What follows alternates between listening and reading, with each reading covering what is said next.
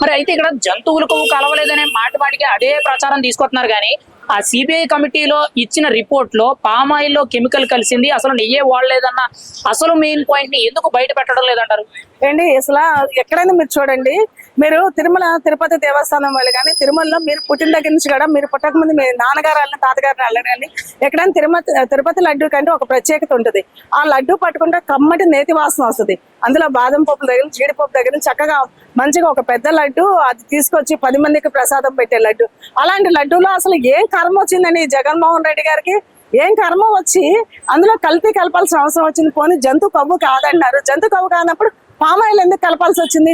మీ డబ్బులు ఏం పెట్టట్లేదే, దేవుడికి వేల కోట్ల ఆస్తులు ఉన్నాయి, ఆస్తులు ఆ దేవుడి డబ్బులు పెట్టి పెట్టినారు. ప్రసాదం కూడా ప్రతిరోజు భక్తులు ఇచ్చే దాన్ని బట్టి తయారు చేస్తున్నారు. మీకేం కర్మ వచ్చింది? ఇలాంటి అవసరం మీకు ఉందా? ఇది ఒక రకంగా జగన్మోహన్ రెడ్డి గారు, ఆ ప్రభుత్వం కానీ, ఆ టీటీడీ చైర్మన్ గారు కానీ మొదటి తప్పు. ఇలాంటి కల్తీ నెయ్యి, కొన్ని జంతు కొవ్వు కాదన్నారు, కల్తీ నెయ్యి కూడా పామాయిల్ వాడడం కూడా తప్పే కదండి. సిట్ ఏదైతే నివేదిక ఇచ్చిందో ఆ నివేదిక ప్రకారం జగన్మోహన్ రెడ్డి గారు బహిరంగ క్షమాపణ చెప్పాల్సిన అవసరం ఉందండి.